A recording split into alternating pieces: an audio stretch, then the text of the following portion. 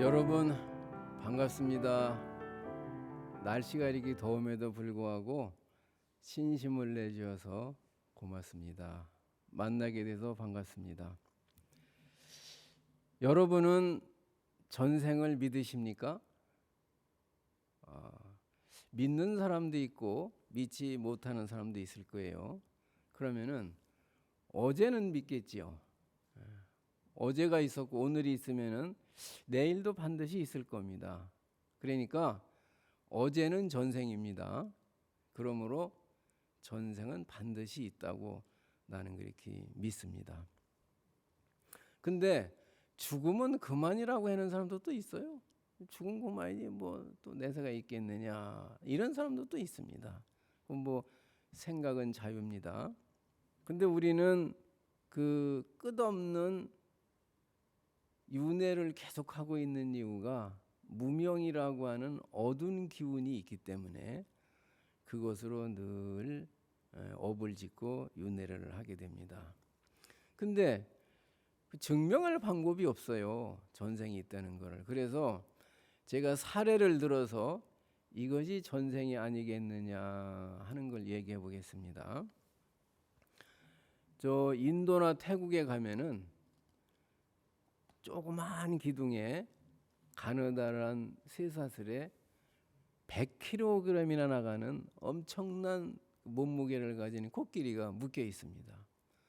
이 100kg 코끼리가 잡아다니면요, 그 말뚝은 거 아무것도 아닙니다. 쑥 뽑힙니다. 웬만한 나무도 그냥 쓰러뜨릴 수가 있어요. 그런데도 코끼리가 꼼짝 못하고 매여 있습니다. 시도를 안 합니다. 도망가려는 시도. 왜 그러냐면은 코끼리가 어렸을 때 사육사가 말뚝에 매놨어요. 어리니까 이 아기 코끼리는 힘이 없습니다. 아무리 땡겨도 빠지질 않아요. 수백 번 수천 번을 했습니다. 그러다 보니까 이 말뚝은 도저히 이거는 뺄 수가 없는 거다. 이 상식이 돼버린 거예요. 아예 그래서 말뚝을 뺄 생각을 조차를 안 합니다.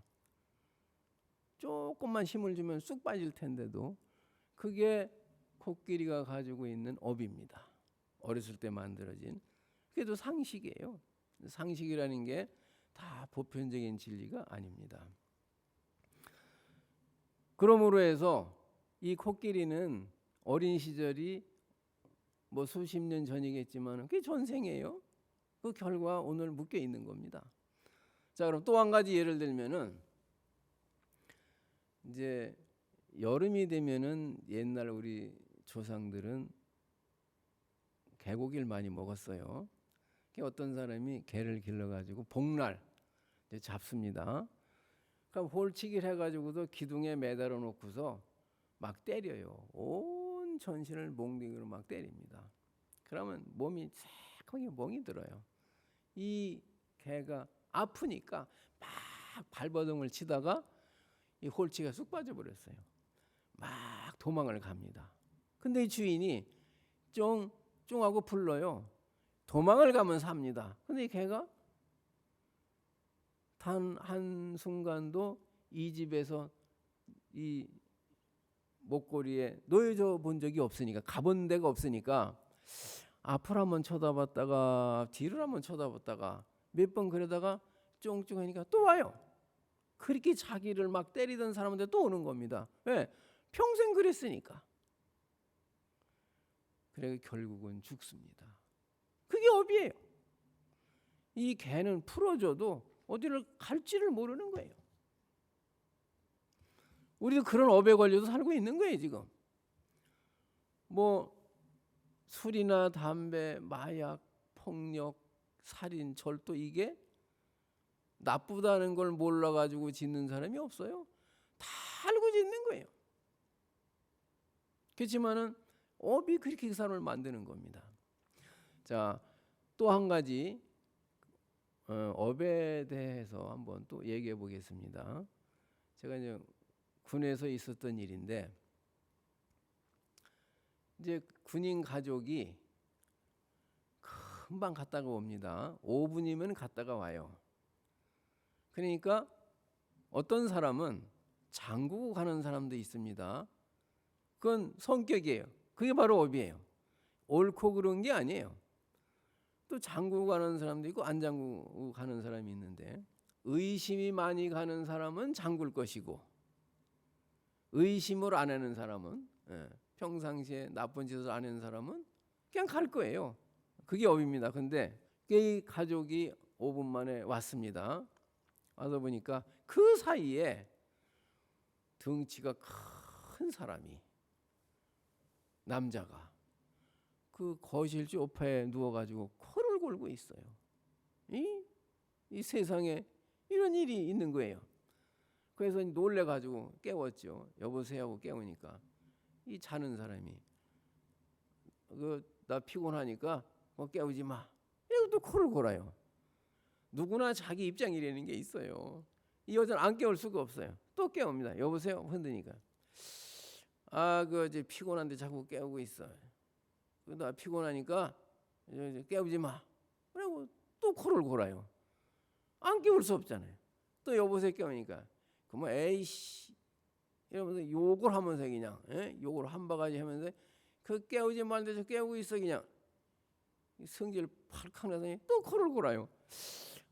이거 한 번 더 깨웠다가는 맞아 죽게 생겼어요. 이제 그래서 헌병대에 신고를 했습니다. 그랬더니 헌병대 소대장이 권총하고 수갑을 가지고 체포를 하러 왔습니다. 웬 놈인가 싶어서. 그러니까 소대장이 와서 이렇게 보니까 그 사람이 누구냐면은 헌병대 대위 직속상관 중대장이에요. 중대장이 남의 집에서 누워있단 말이에요.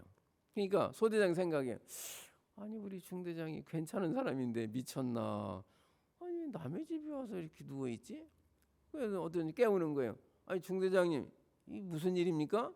그러니까 중대장은 또, 여기가 부대가 아니고 아파트인데, 부하 목소리가 들리니까 이 사람도 또 놀란 거예요. 벌떡 일어나면서, 야, 너 이게 웬일이야? 웬일인 거예요. 그러니까 주인이 물어요. 대건 누구세요?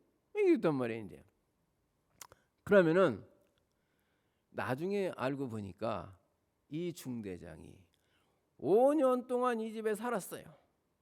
한 달 전에 이사를 갔어요.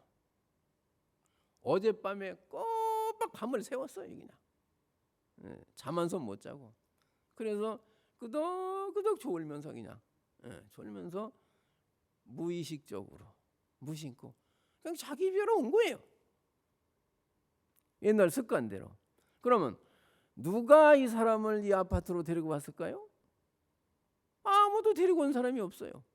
본인이 직접 왔어요. 근데 본인이 몰라요 지금. 이건 뭐냐면은 그 현대 심리학에서 프로이드가 이 정신을 연구하고 보니까 우리 의식의 95%는 무의식이라는 거예요. 5%가 의식이라는 거예요. 그러니까 빙산의 일각이라고 그러고 5%를 그 바다에 거대한 얼음 덩어리가 들어있는데 그 물 위에다가 엄지 손가락만큼 올라와 있어요. 그걸 빙산의 일각이라 합니다. 그러니까 우리가 알고 사는 거는 5%밖에 안 되고 모르고 사는 게 95%라는 거예요. 그게 우리 의식이라는 거예요. 그러니까 우리가 알고 사는 게 아니에요. 내가 사는 게 아니에요. 가고 싶다, 보고 싶다, 먹고 싶다, 만지고 싶다. 이게 다 무의식이에요. 내가 가고 싶으니까 가고 싶다 생각이 나는 게 아니에요. 그냥 가고 싶은 거예요. 그냥 먹고 싶고 그냥 보고 싶은 거예요. 그게 무의식이란 말이에요. 그러니까 우리가 알고 사는 건 5%밖에 안 돼요. 모르고 사는 게 95%. 내가 사는 게 아니에요. 이 몸뚱이는 내가 아니라 이게 업의 덩어리고 그림자라는 거예요. 그럼 누가 이 사람을 여기 데리고 왔느냐? 무의식이 데리고 온 거예요. 무의식이 뭐냐? 그게 바로 업이에요. 업이 이 사람을 데리고 온 거예요. 누가 이 사람을 끌고 온 게 아니에요. 그러니까 우리는 내가 이 세상을 산다고 생각을 하지만은 내가 사는 게 아니에요. 업이 습관이 무의식이 살고 있단 말이에요. 또 한 사례를 한번 들어보겠습니다. 제가 계룡산 원호사에 살고 있는데 그 어떤 신도가 열심히 나와요, 절에를. 이분이 이제 머리에 종양이 생겨가지고 병원에 가서 수술을 했습니다. 근데 가서 보니까 한 30대 되는 여자가 있는데 이 여자도 뇌 종양으로 수술을 했어요. 그러니까 의사가 술을 마시면 안 됩니다. 죽습니다. 이제는 이 실핏줄 하나만 건드려도 식물이 인간이 될 수도 있고 말을 못할 수도 있고 이거 아주 위험한 수술이니까 절대로 술을 마시면 안 됩니다. 그랬다는 거예요. 그러니까 이 여자도 절대로 안 마시겠다고 아주 그냥 철석까지 약속을 했다는 거예요. 이분이 퇴원을 해가지고 집에 와서 이렇게 앉아 있는데 자꾸 술 생각이 나요. 그러니까 참아야지. 먹으면 안 되지. 응? 참아야지. 자꾸 그러고 있어요. 그러다가 나중에는 에이, 냄새만 맡으면 괜찮지 않겠느냐. 뭐 냄새 맡았는데 뭐 죽을 일이 있겠네. 그래가지고 냄새를 맡습니다. 냄새를 맡다가 보니까 에이 혀 끝에 살짝 맛만 보지 뭐 그 맛을 봤는데 뭐 죽겠어. 이래가지고 혀를 딱 대는 순간 그냥 콸콸콸콸 마신 거예요. 정신을 차리고 보니까 2병을 나발을 불었어요. 근데 그 2병을 마시는 순간에 기억이 없어요. 언제 마셨는지 그냥 정신없이 마신 거예요. 그리고 나서는 밤새도록 우는 겁니다. 땅을 치고 바보 같은 죽을 뭐 자기 막 학자학을 하면서 욕을 하면서 그냥 머저리 같은 뭐 하면서 그냥 밤새도록 울면서 내가 내일은 절대 마시지 말아야지 수없이 다짐을 합니다. 그 다음날 또 그럽니다. 이게 업이에요. 알면서도 안 되는 거예요. 이 여자는 먹기가 싫어요. 내가 먹기 싫다고 안 먹이지는 게 아니에요. 업이라는 게. 그래서 4번을 요 머리를 열고 치료를 했다는 얘기를 들었습니다. 그럼 그 다음에는 안 했느냐? 그럼 모르겠어요. 그까지만 얘기를 들었으니까. 그 위험한 이 머리 박을 4번씩이나 열었던 거예요. 그러니까 업이라는 거는 아까 이 중대장은 모르고 왔어요. 그것도 업이에요. 이 여자는 알면서도 먹어요. 그것도 업이에요. 이 코끼리는 상식이래요. 상식. 그러려냐고 사는 거예요. 이게 다 업이라는 겁니다.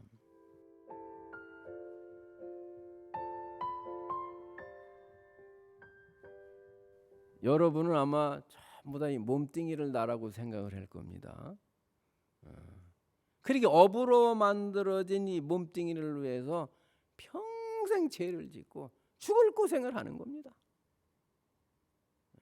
그게 힘든 거예요.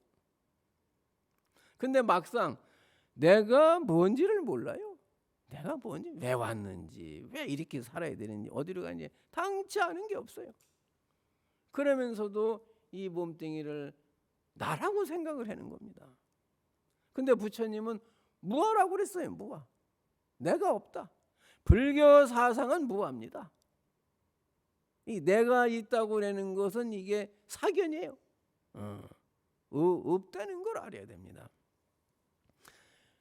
나자를 한문으로 쓰는데 이 아자는 아트만에서 왔어요. 아트만에서 이제 아자가 왔는데 그럼 내 몸은 무엇으로 만들어져 있습니까? 구성이 색성향미촉법이에요.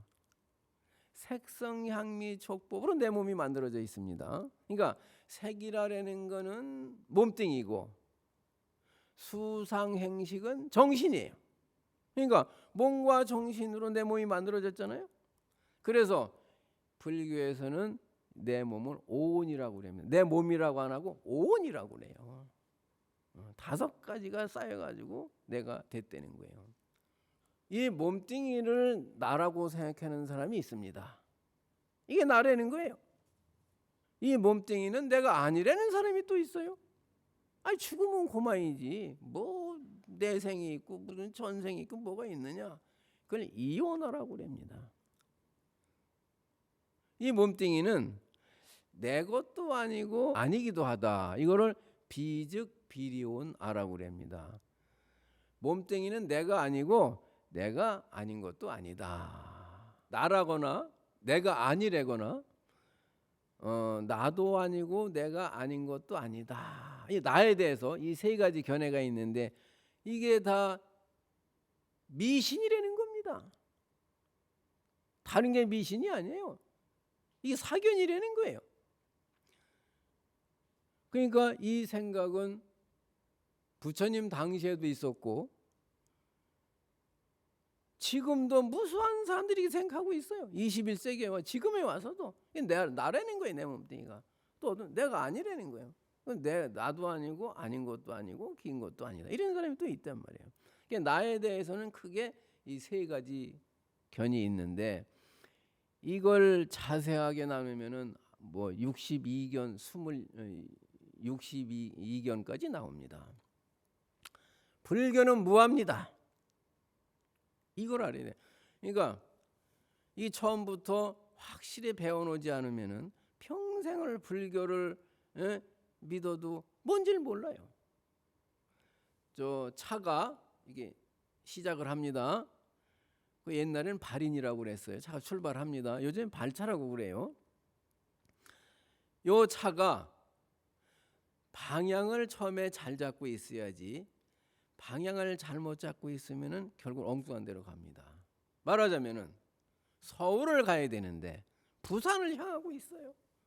그러면 서울을 절대 못 가는 겁니다. 요즘에 저 고속도로에 보면은 역주행 사건이 가끔 일어나고 있어요. 낮에도 일어나고 밤에도 일어납니다. 그러면은 이 역주행을 하는 사람은 앞에 차를 보고 저거 왜 거꾸로 오지? 어제 100km로 달리고 있어요. 지금 그냥 부딪히는 겁니다. 그러니까 처음에 방향이 잘 돼야지 잘못되면 끝끝내 잘못되는 거예요. 그럼 우리는 인생이라고 하는 길을 잘못 가고 있어요. 역주행을 하고 있는 겁니다. 지금. 그러니까 내 즉오나 이오나 비즉 비리오나 이 나에 대한 이 생각이 전부 잘못됐다는 거예요. 이 생각을 가지고 사는 것이 바로 인생을 역으로 하고 있다는 겁니다. 이 알면 큰일 날 일이에요.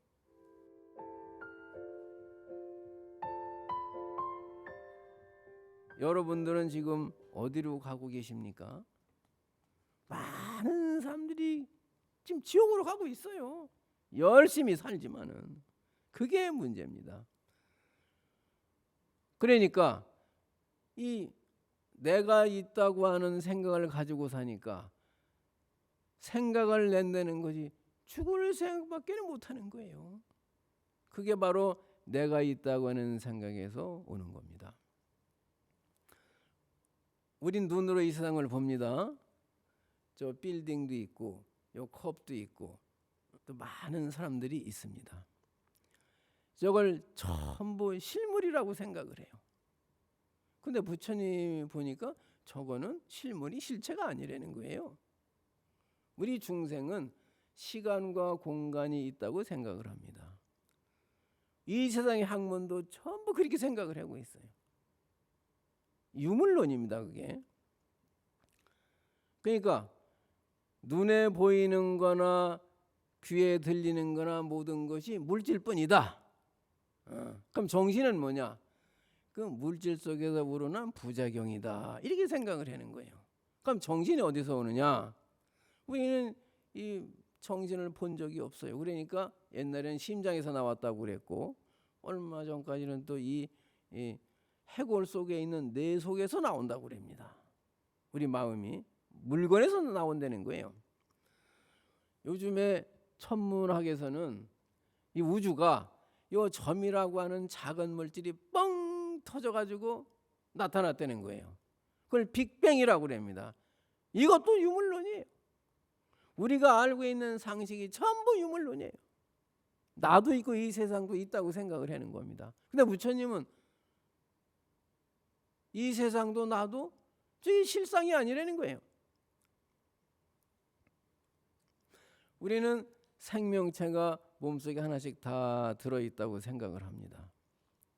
그 생각을 가지고는 불교를 알 수가 없어요. 이건 누구한테 배운 것도 아니고 날적부터 그냥 생각을 하고 있는 미한 생각이야. 미신입니다. 다른 게 미신이 아니에요. 이게 미신이에요. 부처님은 경전에서 팔만대장경에서 이렇게 말씀하시지 않았습니다.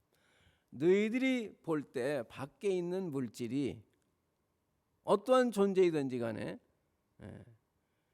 고유하는 것으로 보이지만은 부처님 눈에는 그렇지 않다는 거예요. 그게 불교는 유물론이 아니고 유심론입니다. 자, 우리 눈에는 안 보이지만은 뭐 생명체가 하나 있다는 거예요. 이 생명체가 움직이는 바람에 이 생명체의 파동에 의해서 이 세상이 벌어졌다는 겁니다. 시간과 공간이 생겼다는 거예요. 그래서 우리는 우리가 만들어낸 시간과 공간 속에 빠져가지고 이 시간과 공간의 바깥을 알 수도 없고 생각하지도 못하고 시간과 공간 밖으로 나갈 수도 없습니다. 이게 유물론이에요.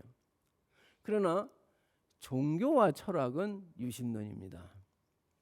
물질은 생명의 파동으로 생긴 것이지 실물이 아니다. 그래서 그 생명체를 불교에서는 진여, 법성, 한물건, 본래 면목, 본성, 본체, 원성실성, 원각, 열반 여러 이름으로 사용을 합니다. 그 실체를 본 적이 없으니까 이게 말을 이렇게 하는 거예요. 그래서 그러니까 안으로 내가 있다고 생각을 하니까 육군이 생기고 육군이 주관이 안이비덜신인데 주관입니다. 바깥으로 색성, 향미, 촉법이 생겨요.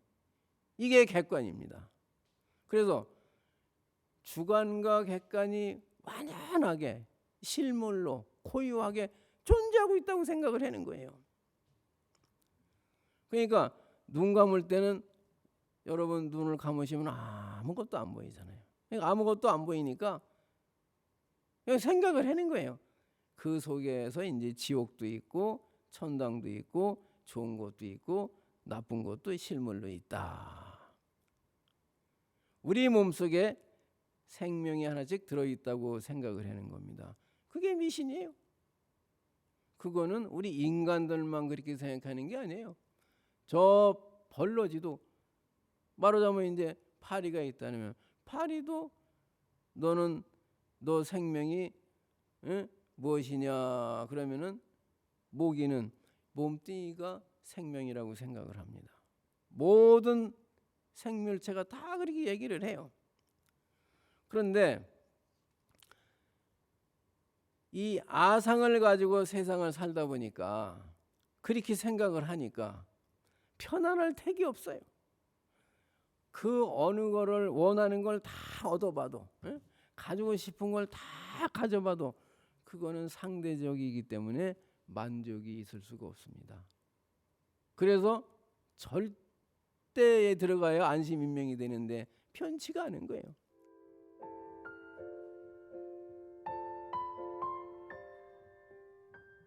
자, 그럼 주관과 객관이라는 건 시간과 공간이라는 건 뭐냐? 예를 하나 들겠습니다.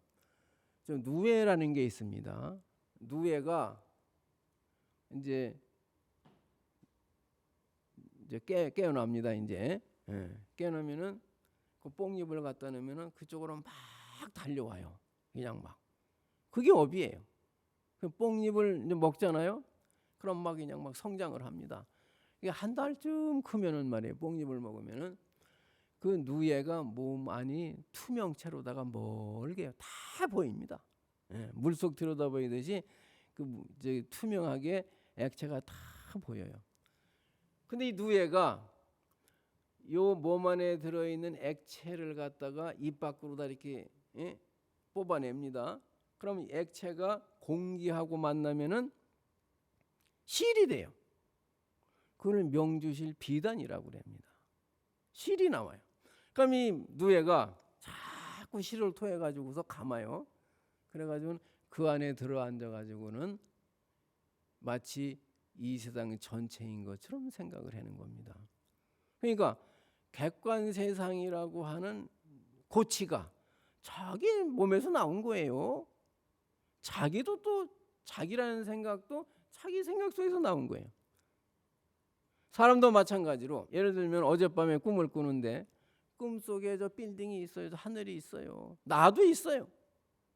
몽식이라고 하는 생각 하나가 이 세상과 시간과 공간을 만들어냈단 말이에요.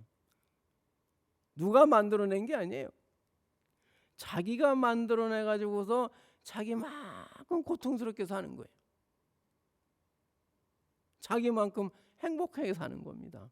그러니까 주관과 객관이 누가 만드는 것이 아니라 내가 만들어냈다는 거예요. 이해가 잘 되시는가 모르겠어요. 그러면 이 뭐라고 불러든 간에 본래 면목이라고 하든 원성실성이라고 하든 진여라고 하든 이 생명체가 눈으로 들어가면 볼 줄 알고 귀로 가면 들을 줄 알아요. 입으로 가면 먹을 줄을 압니다. 근데 우리는 어떤 놈이 그렇게 했는지는 모르고 살아요.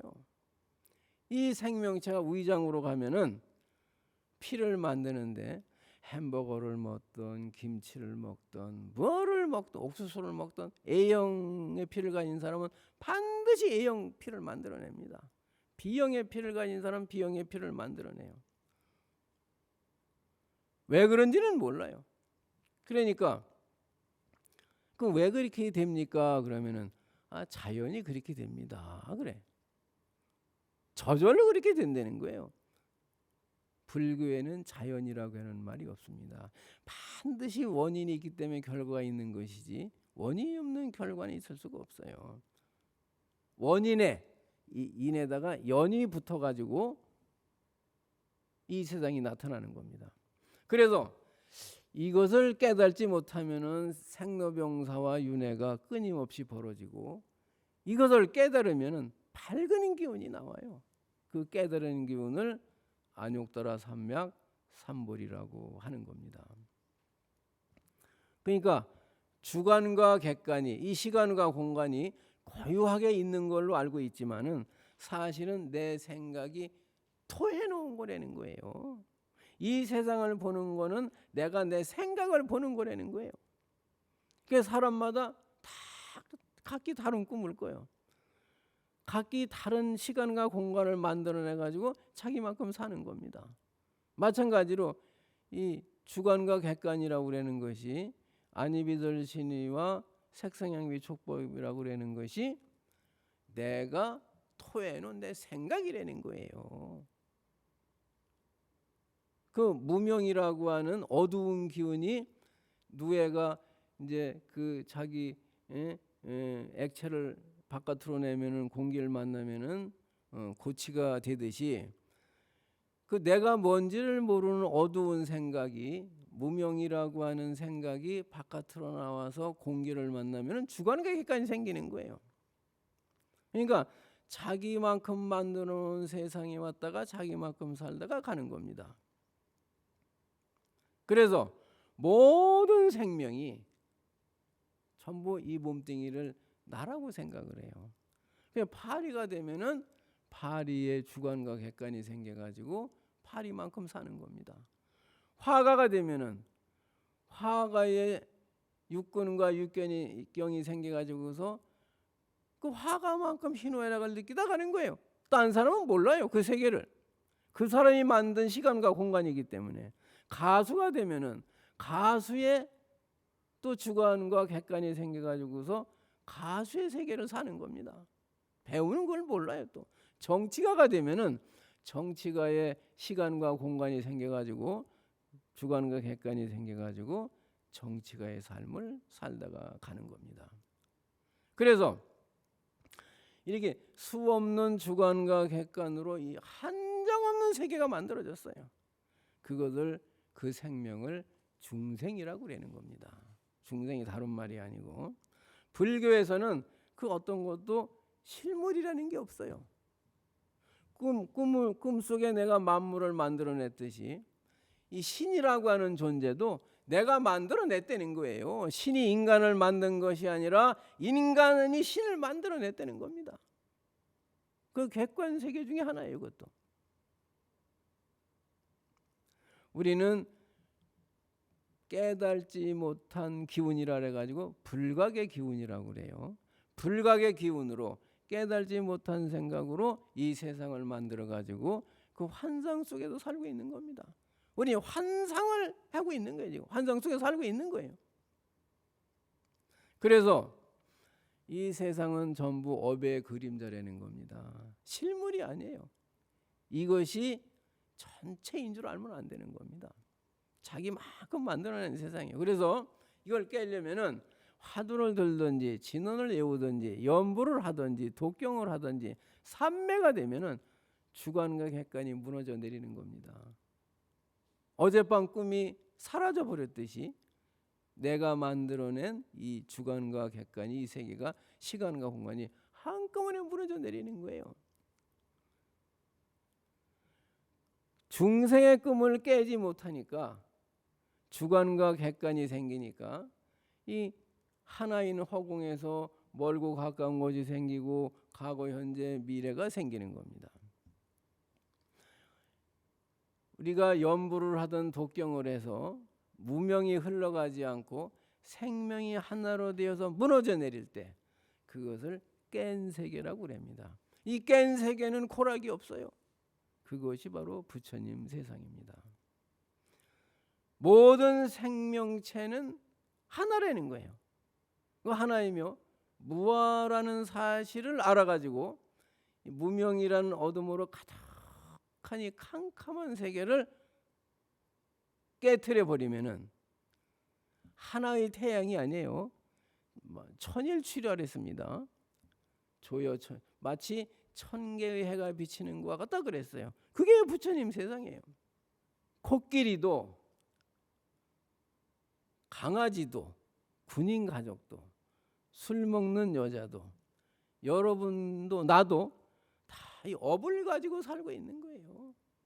그 업에서 벗어날 때 업을 깼을 때 그 깬 기운을 안욕따라 삼맥삼벌이라고 하는 겁니다. 안욕따라 삼맥삼벌이라는 거는 한마디로 얘기하면 깬 소식이에요. 깬 기운. 그걸 각자로 쓰고 지혜지자로도 쓰는 거예요. 앞에 있는 말은 안욕따라 삼맥 삼까지는 수식어예요. 안은 없을무자 뜻이고 욕따라는 우상자 뜻입니다. 또 삼자는 이게 숫자상 3이 아니라 인도에서 3이라고 하는 뜻은 발을 정자의 뜻이에요. 맥이라는 거는 두루 변자입니다. 또 삼벌이 그랬잖아요. 또 발을 정자니까 무상정변정지, 무상정변정가 이렇게 되는 거예요. 무상정변지 이라는 거예요. 가장 높고 바르고 모자람이 없는 바른 지혜다. 그게 안욕따라 삼맥삼벌입니다.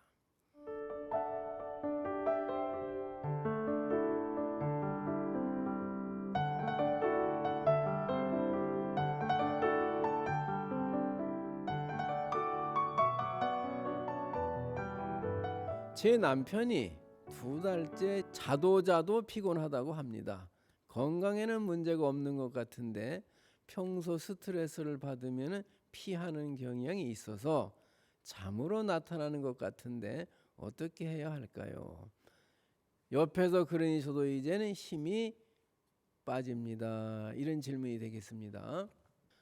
자, 우리 마음은 이제 가만히 이제 하루를 삽니다. 그러면은 친구들이 찾아와요. 반가운 친구도 찾아오고 초청하지 않은 사람도 올 때도 있고 또 보기 싫은 사람도 올 때가 있습니다. 이거는 직접 사람이 찾아올 때도 있고 번뇌라고 그래요. 마음에서 일어날 때도 있어요. 그래서 반가운 소식이 또는 친구가 찾아 생각이 들어가지고 막 기분이 좋습니다. 너무너무 반가워요. 그냥 막 차도 마시고 끌어안기도 하고 막 춤도 추고 그냥 막 기뻐가지고 하늘을 나릅니다. 좀 지나고 보니까 이게 꿈이었어요. 망상이었어요. 잠깐 내가 생각을 했던 겁니다. 또 보면은 이번에는 또 슬픔이라는 또 친구가 찾아와가지고 너무 마음이 아파서 슬퍼서 통곡을 안 할 수가 없어요. 자, 막 눈물을 흘리고 웁니다. 게다가 또 그것도 보니까 또 마음속에 일어나는 번뇌였어요. 또 내가 이제 아파요. 이제 내가 아프면은 자꾸 아픈 사람들이 또 몰려와요. 내가 기쁜 상태가 되면은 기쁜 사람들이 찾아오고, 내가 슬프면은 슬픈 사람이 찾아오고, 내가 술을 좋아하면은 술을 좋아하는 사람만 찾아와요. 내가 등산을 좋아하면 등산객만 자꾸 찾아와요. 나한테 내 업에 맞는 생각이 자꾸 마음속에 일어나는 겁니다. 그러니까 내 마음은 온갖 친구들이 번뇌가 찾아와서 실컷 해집고 놀다가 막 울다가 그냥 사라지는 놀이터입니다. 벌판이에요. 희노애락에 수없이 찾아와요. 근데 그 사람의 업만큼 찾아오는 거예요. 그게 내가 늘 기쁨 속에 있으면은 기쁜 사람들만 찾아옵니다. 자, 이거 억울한 일도 있고 남편이 잠을 자꾸 주무시는데, 그러면은 이 세상 이치라는 게 그래요. 그 겨울에 단단하던 얼음 덩어리가 봄이 돼서 따뜻해지면 그냥 흐물흐물 무너져 내립니다. 형체 없이 사라져 버려요. 아무리 그 어떤 사람일지라도 내가 따뜻하게 해주면은 좋아하고 마음을 풀게 돼 있습니다. 더구나 짐승도 그랬는데 사람이 말할 게 있겠어요. 그러니까 그 사람이 힘들다 아프다고 그럴 게 아니라, 나를 속삭인다고 생각할 게 아니라, 저 사람이 본래 부처인데 뭔가 이제 심술이 나가지고 기분이 나빠서 고함을 지르는구나. 오히려 내가 마음을 좀 편안하게 해줘야 되겠다, 이렇게 생각하면 돼요. 그냥 같이 고함을 지르고 싸우게 되면은 그 역주행이에요. 그게 우리는 모든 우리 마음속에 다 불성이 들어있다, 부처님이라고 그랬잖아요. 아, 부처님이 뭐가 심사가 사나워가지고서 저렇게 하는구나. 내가 부처님 마음을 편안하게 해줘야 되겠다. 이러면 해결이 됩니다. 맞서가지고 이기려고 하면은 점점 불행 속으로 빠지는 거예요. 그래서 상대방을 이해하고 부처님으로 존중을 하게 되면은 그 사람도 나중에 미안해서도 나한테 잘할 수밖에 없습니다.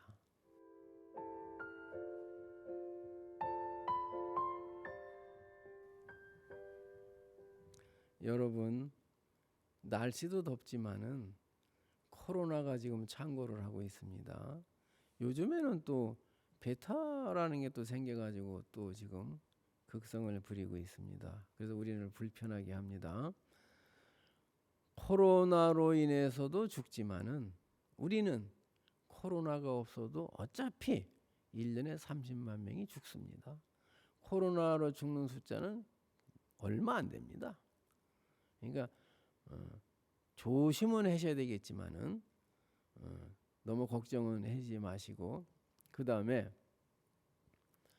이왕 온 코로나라면은 이왕 고생을 할 바에는 자꾸 그것만 걱정을 할 게 아니라, 노심초사할 게 아니라, 자꾸 이럴 때일수록 염불을 해야 됩니다. 독경을 하든지 기도를 하면은, 기도 삶에 빠져버리면은 시간이 언제 가는 줄도 모르고 아무리 더워도 더위를 못 느낍니다.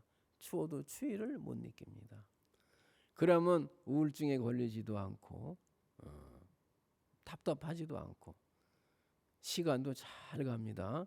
그렇게 해서 질병을 이겨내야 되고, 몸이 또 이렇게 만약에 뭐 이렇게 안 좋다면은 108배를 하시면 좋습니다. 무릎이 아파서 절을 할 수가 없으면은 무릎을 꿇은 상태에서 상체만으로 해도 됩니다. 어쨌든 몸을 또 움직여줘야만 이 몸이 이렇게 혈액순환이 잘 되고 좋지. 가만히 있다거나 멍하니 있으면은 점점점 마음은 더 불안해지고 답답하고 견딜 수가 없게 됩니다.